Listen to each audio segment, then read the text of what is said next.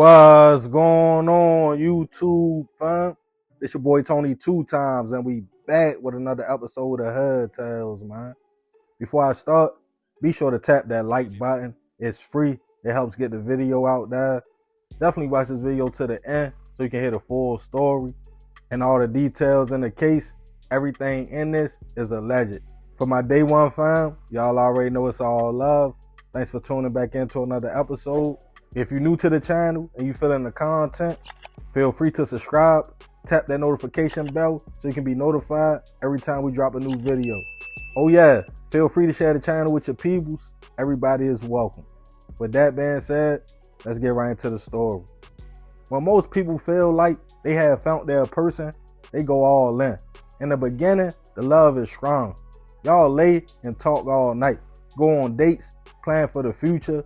It feels like you want this forever.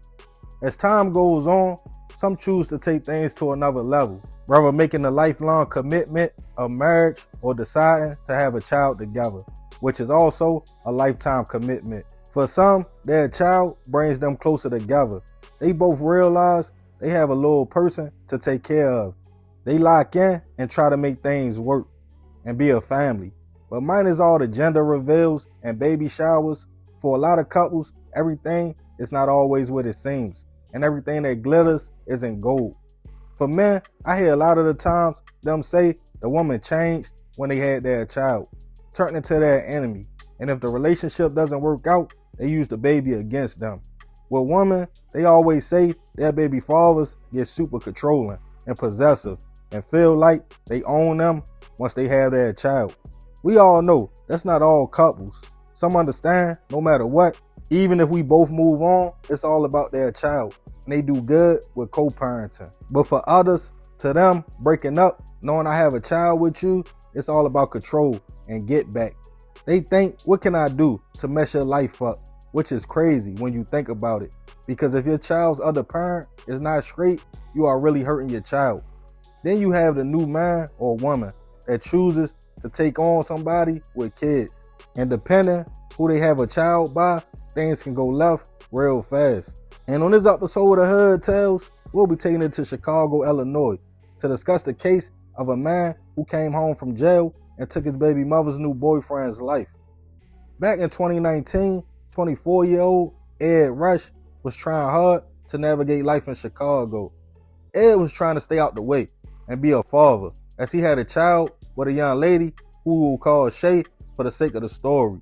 The two were in a committed relationship, but Ed seemed to keep getting caught up in the Chicago streets. Things would go left when he got jammed up for a gun. When police tried to arrest the man, he allegedly started fighting with them, leaving him with the gun charge and battery on the officer. He sat in Cook County Jail for a minute, but when he went in front of a judge, he would catch a break and get sent home on a box. He was living by University Village and trying to stay low, at least till he got off the tracker, not being able to leave the house. Shay had to come visit him. At that point, their relationship had fizzled out a little bit. They were co-parenting still though. But once Ed found out she was in a new relationship with a 20-year-old man named Rayveon Hutchins, he became furious. Allegedly, he started yoking Shay up, putting hands on her and often making threats, to the point she got a protective order against her baby father. According to sources, Rayveon, nicknamed Huncho by family and friends, was a laid-back young man, a cool little dude just trying to find his way. It's not clear if him and Ed knew each other prior, but now he was on Ed's radar for dating his baby mother. On a cold night, November 22nd, 2019, Rayveon was around the corner from where Ed was living at, in the 1200 block of South Troop. He was standing outside of his car when someone approached and multiple shots went off. Witnesses called CPD, who responded to the scene, but Rayveon was hit in the back, head, and side, and unfortunately, he wouldn't survive his injuries. As an investigation started, police focused on cameras in the area. One camera caught a man leaving a nearby home right before the hit and returning to the home just 2 minutes later. 3 days after the shooting, police got a search warrant for that same home. Inside, they found a gun and a jacket that matched the one witnesses on the scene claimed the gunman was wearing. Police took the items in for testing. They determined the jacket had gunshot residue on it, and the gun was the same one used to take Rayveon's life. Police determined the man who lived at the residence was Ed, and his home monitoring records showed he had left the house for the same amount of time the video showed the suspect did the night of the shooting. He was eventually picked up, taken into custody, charged with first-degree hit. The case, despite all the evidence, would take a minute to go to court, but by 2025, people were taking a stand.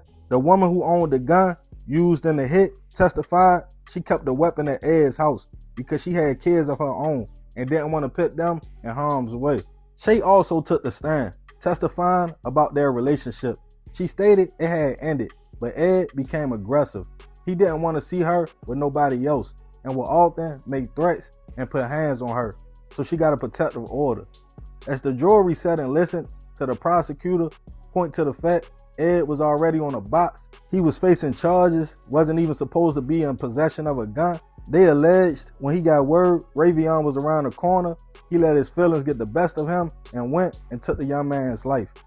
With testimonies, video, the hit weapon, and other evidence, it wasn't much fighting Ed's lawyer could do. The jury found the man guilty of all charges, and he was sentenced to 50 years in prison. Rest in peace to Rayveon. I send my prayers and condolences to his family.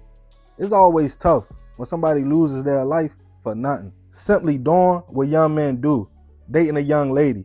It's wild, in my opinion, for a man to focus in on another man because he is with your ex or baby mother. You can always keep it player. Take care of your child, get on your grind, even if you move on. Eventually, trust me, you probably won't even miss or think about that relationship no more, because feelings fade and time heals. Then y'all can just co-parent. And if later down the line, y'all do decide to get back together, at least nobody got hurt. But crashing out, leaving your kid out here alone, sitting in a cell for 50 years while your BM or girl moves on, is never the move. But I'm gonna end this one with a few questions. For anybody out there, man or woman, would you date somebody with kids whose baby father or baby mother is still in the picture? If so, tell me why. If not, tell me why not. Let me know in the comments. And remember, we gotta succeed not to fail, so we won't be just another hood tale. Yeah, man, crazy story. Rest in peace, that young man. I definitely send my prayers to his family. But I ain't gonna talk too much more about this one. I appreciate you if you made it to the end. Y'all already know it's all love, fam. It's another episode of Hood Tales. It's your boy Tony 2 times. I'm out.